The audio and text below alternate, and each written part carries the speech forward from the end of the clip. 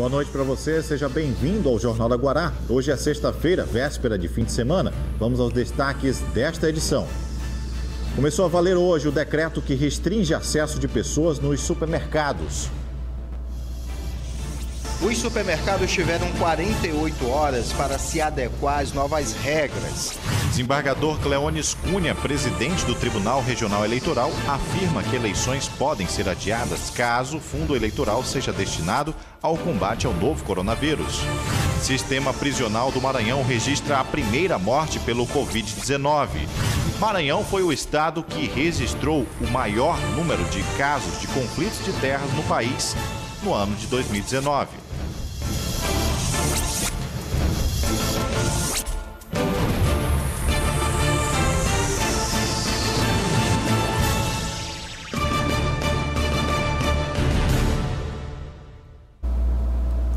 E a gente começa com os números do novo coronavírus. O Brasil chegou a 2.141 mortes e 33.682 casos confirmados da doença.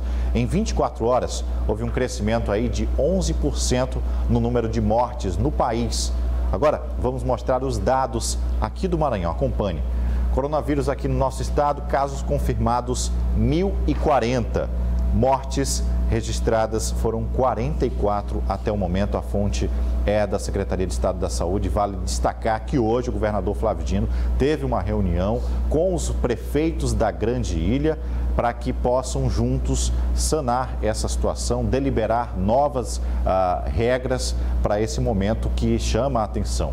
E agora vamos ver aqui a situação dos leitos oferecidos pela Rede Estadual de Saúde aqui da capital. Primeiro, os números de leitos clínicos, que são unidades para casos mais moderados, sem respiradores, por exemplo. Você acompanha aqui um total de leitos de 80, os leitos ocupados já estamos em 72, então temos apenas 8 livres e um percentual representado aqui de 90% dessa ocupação. Agora, os números dos leitos de UTI, que são as vagas destinadas a casos mais graves. Você acompanha comigo aqui, nós temos os 80 leitos, 45 já estão ocupados, 35 são os leitos livres e um percentual de 56,25%. Em cima desses números, os gestores vão trabalhar melhor as disciplinas, as regras que podem mudar durante esse final de semana. Bom, e olha só essa informação que merece também atenção. A Secretaria de Estado da Administração Penitenciária confirmou o falecimento na manhã de hoje do interno da Unidade Prisional de Ressocialização São Luís IV. O nome dele é Carlos César Viegas, de 49 anos. Carlos estava sendo acompanhado pela equipe de saúde do sistema prisional e logo ao aparecimento dos primeiros sintomas gripais, ele foi imediatamente encaminhado para o hospital de referência. A secretaria esclareceu que esse custodiado deu entrada em um hospital da cidade na segunda-feira, dia 13, apresentando os sintomas de gripe. Após exames médicos e laboratoriais, ele foi diagnosticado com pneumonia. A secretaria destaca que o custodiado fez o teste para a Covid-19 e esse resultado deve sair nos próximos dias. Bom, e começou a valer hoje o decreto do governo do estado que restringe a entrada de pessoas em supermercados. Nós fomos em alguns estabelecimentos. A maioria aderiu às regras, mas ainda podemos flagrar pessoas fazendo compras sem utilização das máscaras de proteção. Foram 2 dias para os mercadistas, supermercadistas e comerciantes de estabelecimentos considerados essenciais de menor porte se adequarem às novas regras. Começou a valer hoje o que diz o decreto estadual baixado na última quarta-feira pelo governador Flávio Dino, onde estabelecimentos destes tipos devem tomar algumas medidas no sentido de restringir a presença de consumidores. O que mais chama a atenção no decreto são as regras para os supermercados. Eles devem reduzir pela metade a capacidade de atendimento, estendendo essa mesma regra ao número de carrinhos e vagas do estacionamento. Somente uma pessoa por família deve ser liberada a entrar no supermercado.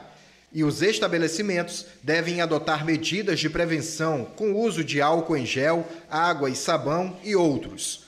Haverá a imperatividade de higienização das mãos dos consumidores por parte do estabelecimento, ou seja, o estabelecimento que quiser ficar aberto tem que obrigatoriamente oferecer água, sabão e álcool gel para os consumidores. e só pode, a princípio, entrar uma pessoa por família, a não ser que a pessoa precise de ajuda.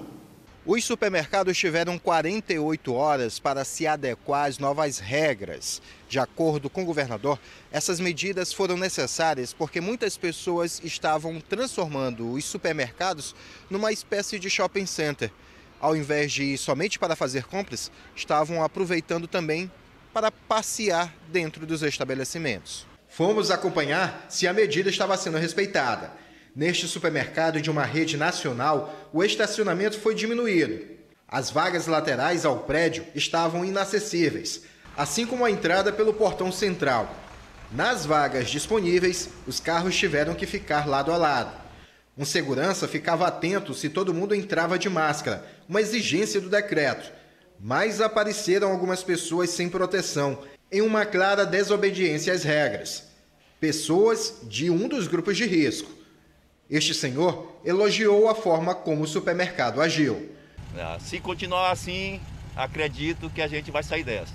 Nos estabelecimentos menores, dentro dos bairros, os proprietários também tiveram o cuidado. Controlavam a entrada de clientes e disponibilizaram materiais para a prevenção. A gente está tentando seguir o decreto, para preservar a vida dos nossos funcionários e clientes.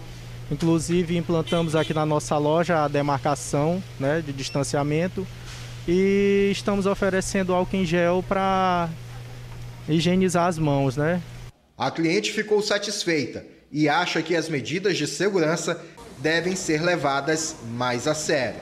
Sempre tive muita cautela, então para mim não foi muito difícil se adaptar a esse mundo, porque a saúde para mim sempre esteve em primeiro lugar.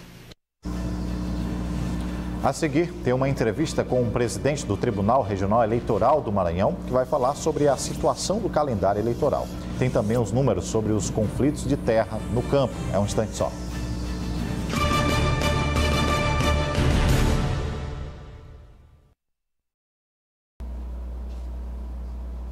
Já de volta, e a Comissão Pastoral da Terra lançou hoje um relatório sobre os conflitos de terra no Brasil em 2019. Foram, ao todo, 1.833 conflitos no campo, um crescimento de 23% se comparado com o ano de 2018. Esse é o maior número de conflitos dos últimos 15 anos registrados em todo o país. E o Maranhão lidera esse dado negativo, o estado com o maior número de registros. Foram 173, seguido pelo Pará e Bahia. Só para se ter uma ideia de comparação, o Maranhão apresenta mais casos de conflitos que os 3 estados da região sul juntos.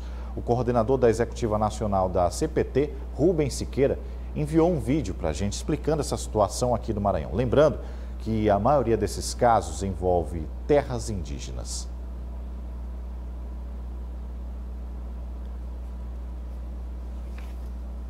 O Maranhão se destacou em 2019 como o estado mais conflitivo. Dos conflitos por terra foram 173, envolvendo mais de 15 mil famílias e 2 milhões de hectares. 4 trabalhadores foram assassinados, na verdade 3 indígenas e um poceiro. Entre eles, desses indígenas, 3 lideranças dos Guajajara. Chama atenção conflitos por Alcântara, 800 famílias quilombolas atacadas aí pela expansão da base aérea de Alcântara. O conflito de Cajueiro, que envolve comunidades tradicionais, a expansão do porto de Itaqui.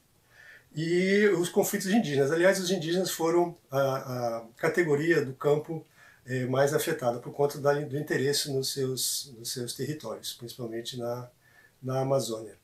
A sociedade brasileira precisa acordar, a sociedade maranhense em especial, para essa realidade e enfrentar todo esse sistema totalitário que se aprofunda, e a violência no campo é uma das suas mais trágicas faces. Olha, ontem a gente falou aqui no Jornal da Guará, a Bianca Nogueira apresentou para você a preocupação do Ministério Público Eleitoral com a possibilidade de prefeitos e vereadores utilizarem a pandemia do novo coronavírus para fazer promoção pessoal, que é proibido, claro, nesse período eleitoral. Daqui para frente, todas as ações de assistência à população atingida pela doença devem ser comunicadas à promotoria eleitoral. Apesar da gravidade do momento do país, infelizmente, ainda tem políticos que se aproveitam dessa situação.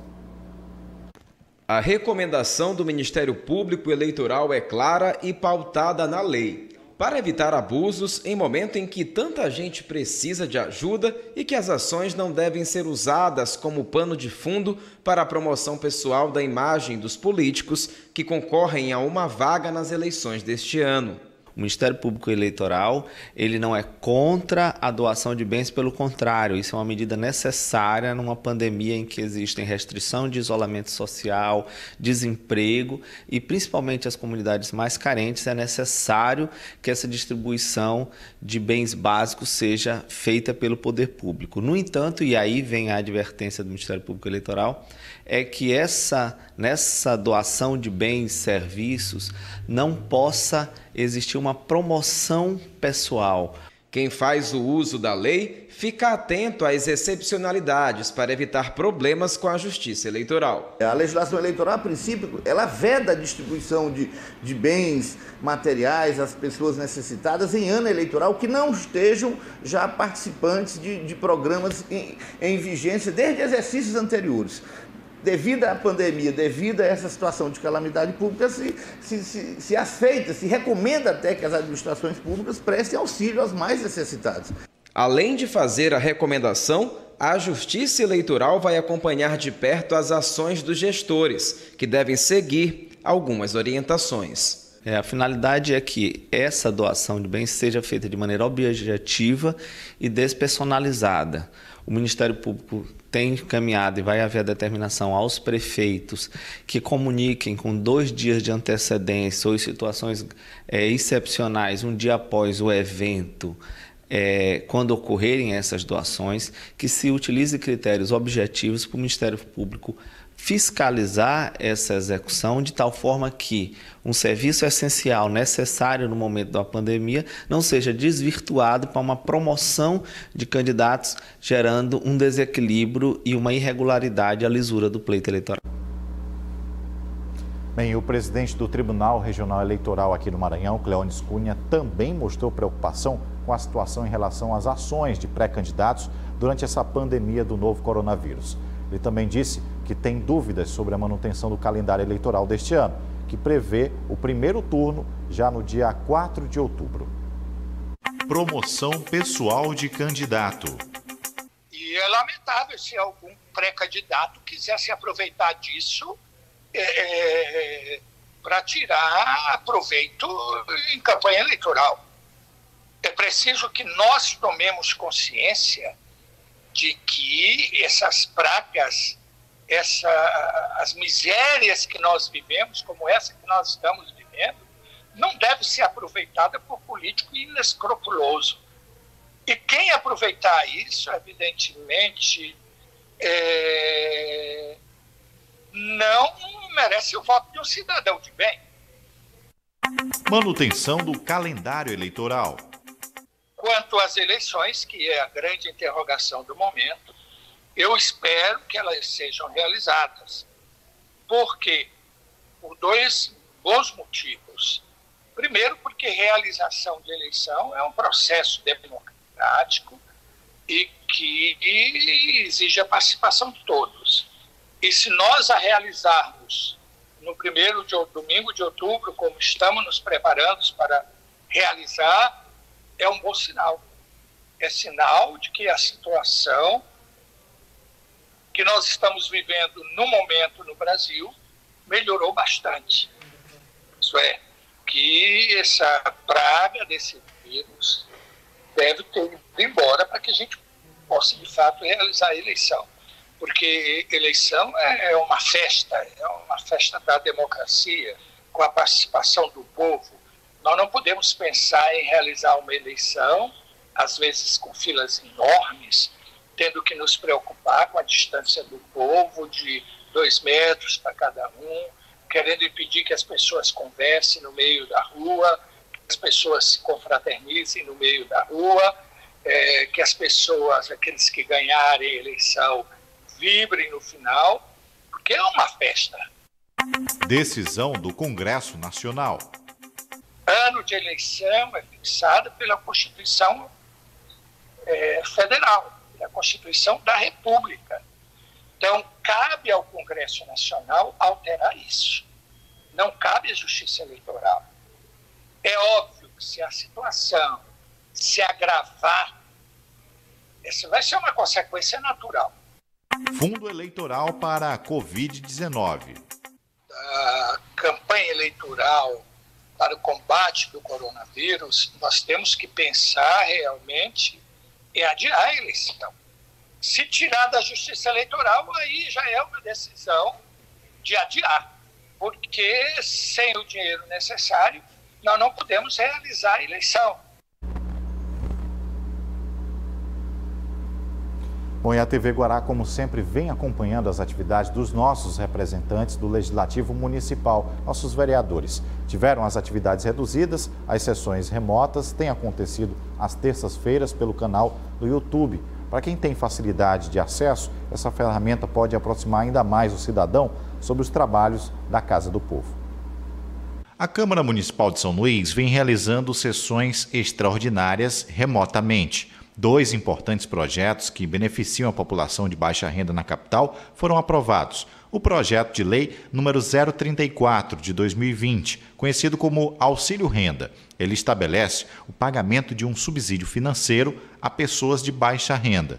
E também o projeto de lei número 41/2020, que isenta durante 90 dias o pagamento de taxa de iluminação pelos consumidores com tarifa social de energia elétrica, que são aqueles que consomem até 220 kWh mensais. O municipal tem buscado, através dos mandatos dos vereadores, dar sua contribuição no enfrentamento ao coronavírus aqui na cidade de São Luís. Não é à toa que aprovamos o decreto de calamidade pública. O vereador Umbelino Júnior, do PRTB, por meio do projeto de lei número 36 de 2020, sugere a criação do Fundo Emergencial de Combate à Covid-19, destinado ao enfrentamento dos efeitos da pandemia do novo coronavírus na capital maranhense. Esse dispositivo foi encaminhado às comissões de Justiça, Assistência Social e Orçamento. A partir do momento que a gente cria esse Fundo Municipal de Combate ao Covid-19, a gente não só vai estar dando uma grande contribuição para a sociedade, como a gente vai estar dando, de certa forma, uma segurança até jurídica mesmo para o cidadão. Todo cidadão ludovicense pode acompanhar a sessão remota pelo canal da Câmara Municipal no YouTube, além de poder acessar o portal com as informações do Legislativo. Bom, daqui a pouquinho, no próximo bloco, as dificuldades de técnicos do IBGE em colher dados sobre o coronavírus, porque as pessoas acham que é trote. Essas informações e outras a gente traz daqui a pouco.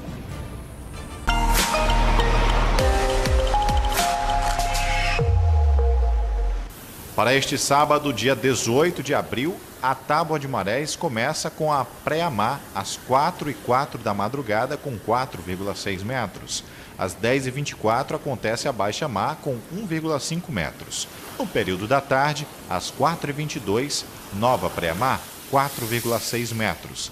E à noite, às 10h48, a última baixa-mar com 1,3 metros.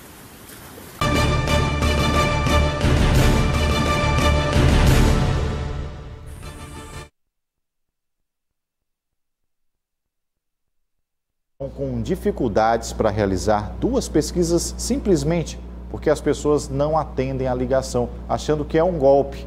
Isso mesmo, um trote. As pesquisas estão sendo feitas via telefone e pela internet para otimizar o trabalho e garantir a coleta de dados para compor o IPCA, que mede a inflação oficial do país, e a PNAD, que mede o índice de desemprego e que é fundamental para a elaboração de várias políticas públicas. Essa pesquisa ela nunca foi tão importante para a sociedade brasileira como ela está sendo hoje, devido justamente aos impactos da pandemia. Como é que nós vamos saber se houve desemprego, se houve recessão, a partir desse tipo de pesquisa? E a partir dela é que a gente vai saber se no Maranhão teve mais desemprego do que no Piauí, por exemplo. Então, recursos serão alocados para combate ao desemprego mais no Maranhão do que no Piauí. A novidade é que a PNAD também vai auxiliar as autoridades de saúde no combate aos impactos da pandemia. É uma novidade, é um desafio, mas é um chamamento. Como cidadão brasileiro, cada ibegiano respondeu a esse chamamento, que a sociedade brasileira precisa de informações sobre esse vírus, qual o impacto dele na sociedade brasileira.